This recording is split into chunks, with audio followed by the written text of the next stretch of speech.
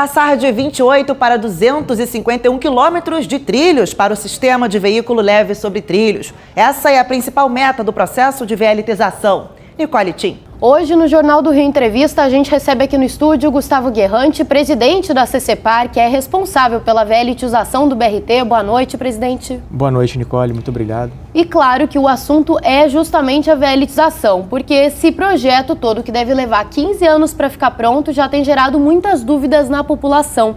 E uma dessas questões é justamente sobre a velocidade do VLT. A gente já sabe que vai ser um modelo diferente, mas eu queria que o senhor explicasse para a gente essas diferenças, presidente. A velocidade, Nicole, hoje o VLT que a gente tem no centro, o VLT que a população tanto conhece e aprova, ela é limitada, evidentemente, pela circulação de pessoas. Claro que quando você tem uma segregação de vias, você consegue imprimir uma velocidade mais alta. Quando você não tem, você é obrigado a reduzir por uma questão de segurança. São veículos capazes, sem nenhum problema, de atingir 70, 80, 60 km por hora, sem nenhum sacrifício. O que determina essa velocidade, essa capacidade de usar essa velocidade toda ou não, é a segregação da via. Onde está mais segregado, onde tem mais proteção de circulação de pedestres, transitando, travessia, veículos, você pode desenvolver uma velocidade maior. Onde não tem, ser obrigado a segurar por uma questão de segurança. E aí isso então vai depender de todo um estudo. Em algumas regiões vai chegar a 80 km por hora, por exemplo? Sempre que a gente tiver segregação de via, você pode usar toda a velocidade que ele for capaz. Esse modelo que hoje circula no Rio, se necessário fosse, se tivesse uma via segregada, se ele estivesse em cima de um viaduto, como por exemplo, sem nenhuma circulação de veículos, ele poderia imprimir essa velocidade sem problema nenhum. Ele tem essa capacidade. Qual é a diferença exatamente desse modelo de agora e do modelo que vai ser usado no futuro nesse projeto? A gente está falando de um projeto, né, de longo prazo, é um projeto estratégico de melhoria da qualidade do transporte.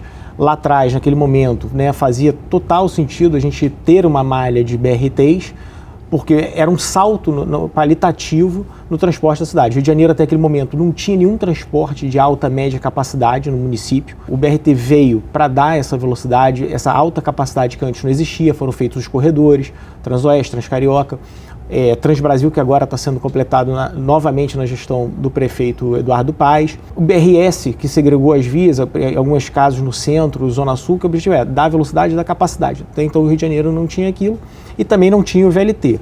Hoje já tem o VLT é o transporte de maior aprovação, mas estamos também falando de um produto, de um trem, né, de um material rodante, como os técnicos denominam, que está chegando 10 anos depois do primeiro implementado.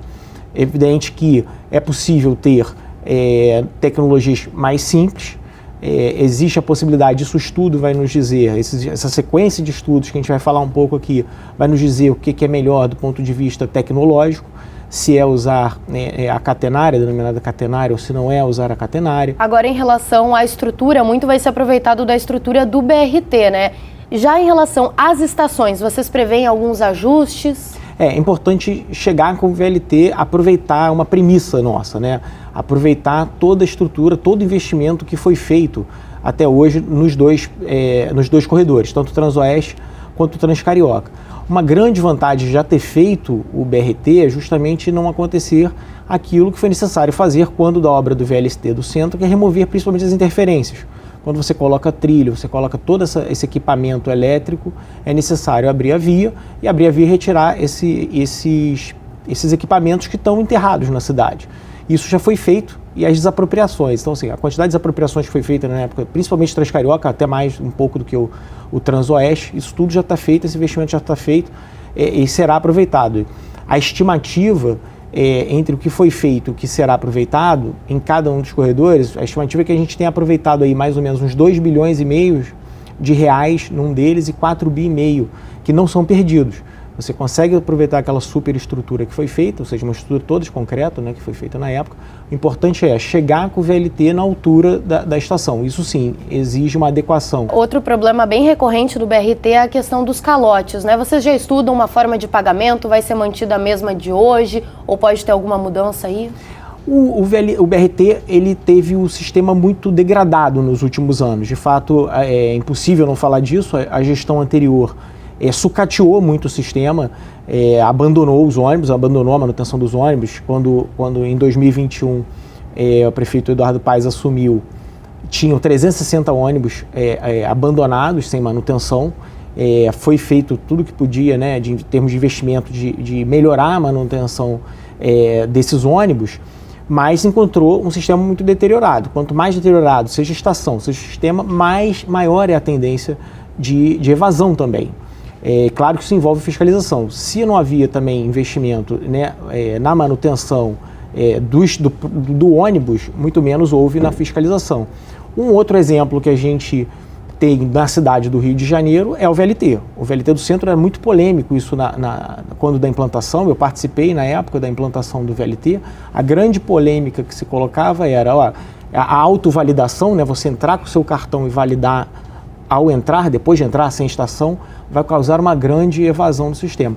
Hoje o VLT ele tem uma evasão menor do que muitas cidades da Europa. Hoje uma evasão em torno de 9%. É um número muito baixo mesmo para um país europeu e considerando que a autovalidação, a gente não tem catraca, não tem roleta, só em algumas poucas, 4 ou 5, né, terminais existe esse controle. O resto é feito pelo cidadão quando entra já dentro do VLT, já embarcado.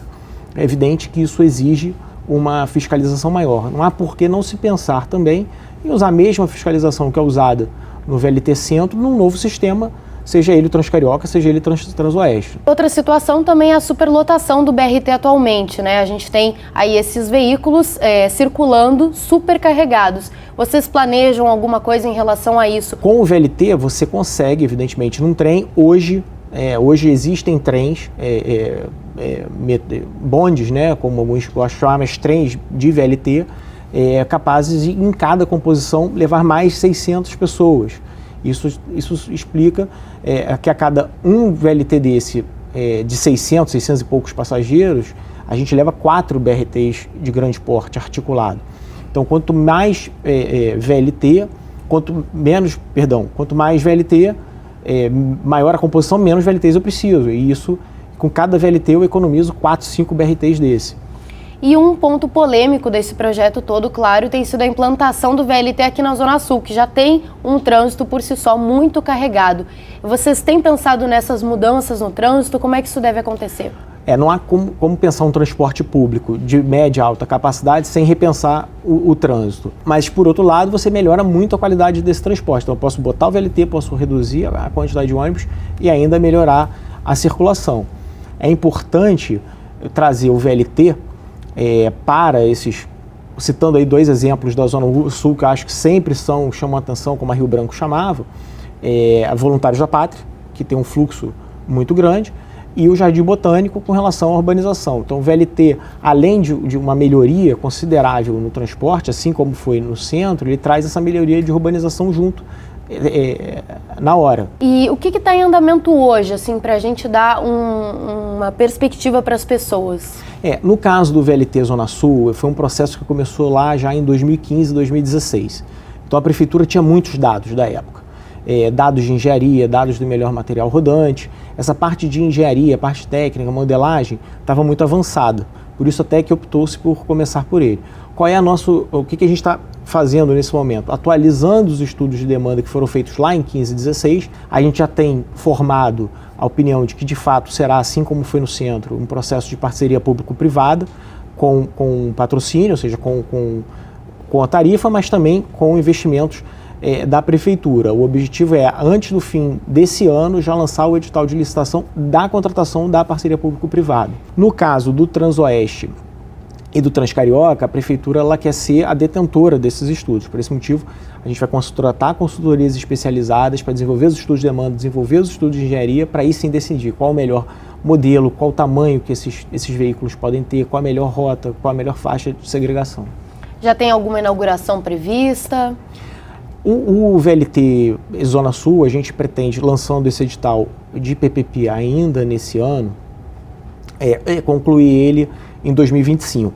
A gente está falando aí de um transporte de 24 a 30 meses ou 36, né, de prazo de obra, né, algo que entre 2 e 3 anos de obra, que se a gente licitando agora em 24, licitando agora em 23, em 25 é capaz de entregar. No caso do VLT Transcarioca e Transoeste, a gente pretende acabar todos esses estudos para aí sim tomar a decisão de qual é o melhor modelo de contratação, seja ele uma PPP, seja ele uma obra, seja um regime integrado, iniciar essas obras já para o segundo semestre de 24. Gustavo Guirranti, presidente da CCPAR, muito obrigada pela sua entrevista, presidente. Muito obrigado pela oportunidade de vir aqui explicar, Nicole.